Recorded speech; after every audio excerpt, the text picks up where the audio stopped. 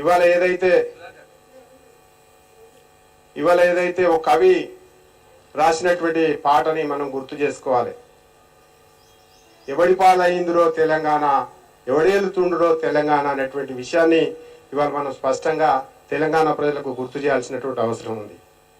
Bharatiya Janata party సహకారంతో, Bharatiya Janata party ఉద్యమంతో Telangana ఆవిష్కరించబడింది.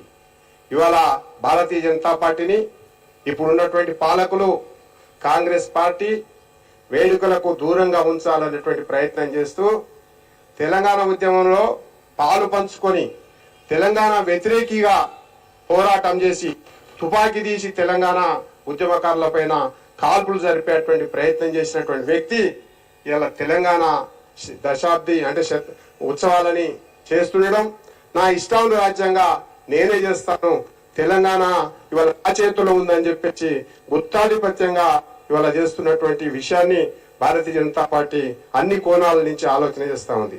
Telangana ప్రజలకు ఈ విషయం చెప్పాలనేటువంటి ఆలోచన కూడా భారతీయ జనతా పార్టీ చేస్తా ఉంది. కాబట్టి తెలంగాణ ఉద్యమం, తెలంగాణ నేపథ్యం, భారతీయ జనతా పార్టీ ఒక జాతీయ పార్టీగా ఉద్యమంలో ఏ రకంగా పోరాడిందో ఆ పోరాట ఘట్టాలను కూడా మనం తెలంగాణ ప్రజలకు తెలియజేయాల్సినటువంటి అవసరం ఉంది. సుష్మా స్వరాజ్ లాంటి మహానేత మనకు పార్లమెంట్ లో ఉద్యమానికి ప్రతిసారి ఊపిరిలూదినటువంటి విషయాన్ని కూడా మనం గుర్తు చేసుకోవాలని చెప్పేసి ఈ సందర్భంగా తెలియజేస్తూ, ఇవాళ అన్ని విషయాలను కూడా భారతీయ జనతా పార్టీ యొక్క నేపథ్యం, తెలంగాణలో ఏ రకంగా పోరాటం చేసింది, ఇప్పుడు జరుగుతున్నటువంటి పరిణామాలు